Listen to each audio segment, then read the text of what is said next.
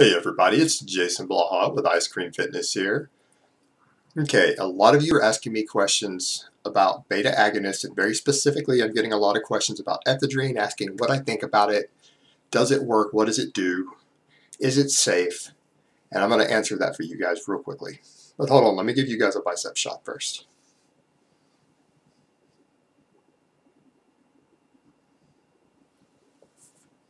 Alright, I'm doing this on beta agonists in general because they are all very similar in their action and their results. There's variations in their strength, but the actual effects and the side effects are all fairly similar because they work the same way.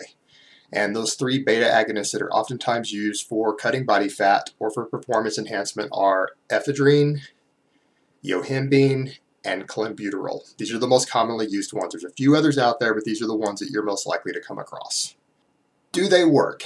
Yes, these drugs are all powerful stimulants, and they may or may not be legal in your country. And in the US, some of these can be had in user amounts. They're legal in my country, so it really varies from country to country.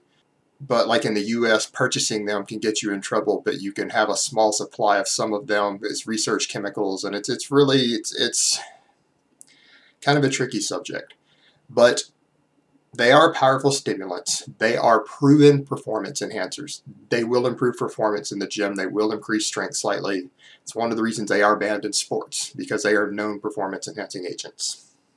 Now, as far as their fat burning effects go, yes, all three of these compounds, they are beta agonists, which means that they bind to the beta-2 receptors in your fat cells, which can slightly increase the liberation of fatty acids from your fat tissue.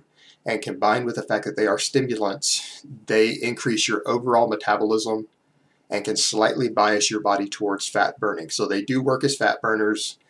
And as far as metabolic increase, I've seen data on three substances depending on which one, the person taking them, and the dose. I've seen data showing metabolism increases of anywhere from 3 up to about 8%. So if you're burning about 3,000 calories a day, that's about 150, possibly up to 200 extra calories that you're going to burn every day as a result of this, which can give you a nice advantage when you're trying to cut.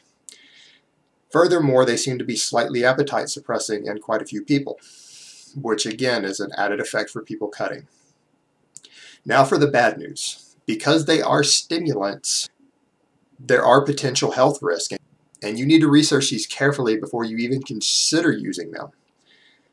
And if you have something such as any sort of cardiovascular disease, high blood pressure, a heart defect, a heart murmur, anything like that, and you take these, it's possibly your ass.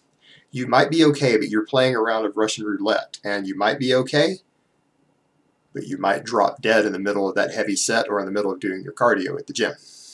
If you haven't had a full cardiovascular workup, even if you're 19 or 20, and you're considering trying any of these, and you don't know for certain that you have a healthy heart and no defects or murmurs, I would highly advise that you don't do that.